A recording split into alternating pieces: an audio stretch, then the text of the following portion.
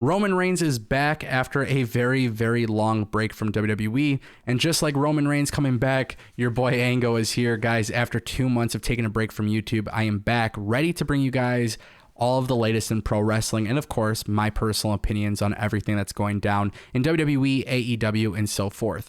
Now, I got to be honest with you guys, my return to YouTube, I knew it was going to happen at some point, but during the last 2 months with the pandemic and everything going on, I really just want to focus on myself and personally just kind of do some of the things that make me happy. I like to make music, graphic design. I've been very, very involved in the music business lately. And on top of that, guys, I've really worked hard to continue a healthy lifestyle. I know a lot of you guys have mentioned it before, and if you guys follow me on Twitter, you guys know all about the 88-pound weight loss journey. But nonetheless, guys, I've had that itch to come back to pro wrestling, and I knew tonight was going to be the night. And for the last 2 months, guys, I've really stayed, in the know with what was going on in pro wrestling. And quite honestly, WWE and AEW, there was a lot of good, but quite honestly, there was a lot of bad. And tonight's SummerSlam pay-per-view was a step in the right direction. Live from the Thunderdome at the Amway Center in Orlando, Florida, WWE brought SummerSlam live with thousands of fans in attendance, kind of, sort of. Well, that's a whole other thing that we're not going to talk about in this video, but definitely a good pay-per-view and definitely a right step in the right direction. And I got to give WWE props. Without fans in attendance, I think WWE and AEW have been scrutinized a lot during this pandemic. But if you really look at what's happened in this world since the pandemic has started, every company has pretty much been forced to change the way they operate. And WWE has had a lot of hurdles with this particular thing. Now, of course, SummerSlam not actually having fans in attendance was kind of a concern for me, but throughout the entire night, there was a lot of great moments. Even with the piped in crowd noise, the facial reactions from the fans definitely helped bring a little bit of a environmental change that was definitely needed. So Roman Reigns returning tonight, despite the fact that it wasn't in front of an actual live crowd, it did have a pretty nice reaction, not only on screen, but also on social media. Now, if you guys didn't know, Bray Wyatt and Braun Strowman had a Falls Count Anywhere match that took place in the main event of the card. And honestly, it wasn't that great of a match. I have a tendency to love Bray Wyatt's matches, despite a lot of people not actually caring for those matches. I think there's a lot of storytelling that gets in those matches. And I think WWE has done a really, really good job building this feud with Braun Strowman and Bray Wyatt. But of course, we didn't see any inclusion of Alexa Bliss, which has been heavily teased throughout the past few weeks.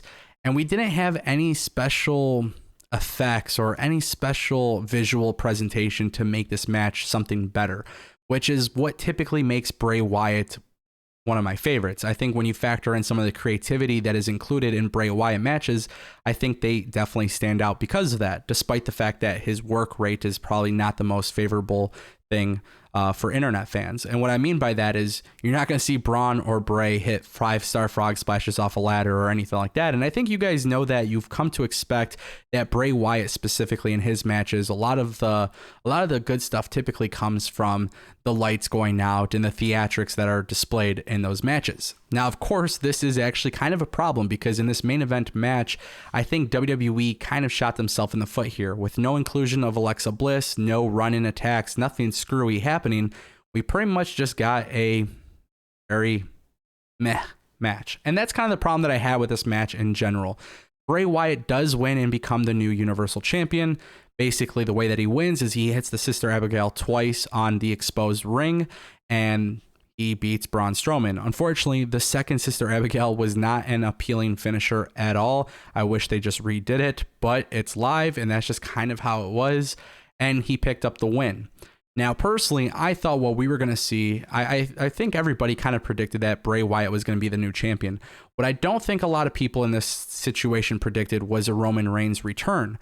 So after Bray Wyatt gets the win, Roman Reigns cuts through the crowd and hits Bray Wyatt with a spear. He goes outside of the ring apron, also hits Braun Strowman with a spear, and then goes on an absolute tear with a steel chair. Very, very heelish. Now, I've actually talked about this on my Twitter. I was tweeting throughout the night at AngoDPW, the link in the description if you guys want to follow me. I talked a little bit about this on Twitter, and personally, I just felt like this was a very heelish move. Roman Reigns sporting new attire, new shirt, wreck everyone and leave. I think it made sense from that standpoint. He is not really picking sides here. He went after both guys and immediately stood tall with that championship belt. And this is the problem that I have with WWE. Despite the fact that this Roman Reigns return was such a big deal, and I think the reaction and everything was great. I think a lot of people were excited. They didn't expect this. We never saw it coming. I think the biggest issue that we actually had with this particular moment in general was the fact that we now know Bray Wyatt and Roman Reigns are going to be the next feud, which is scary because WWE continues to book themselves in a corner when it comes to the Fiend Bray Wyatt, because we all know Roman Reigns is going to become the eventual champion.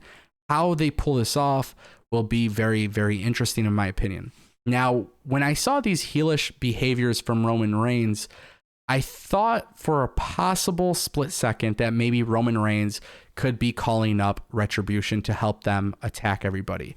I don't know why, just the fantasy world of pro wrestling. I kind of got this idea very reminiscent of The Shield making their debut. When I saw Roman Reigns attack Bray and Braun, it just kind of felt like the Shield debut, sort of. And I feel like if Roman Reigns was just somehow the leader of Retribution, it would have been a very, very interesting situation. And I think it would have definitely been unexpected, and it would have been something that nobody absolutely saw coming.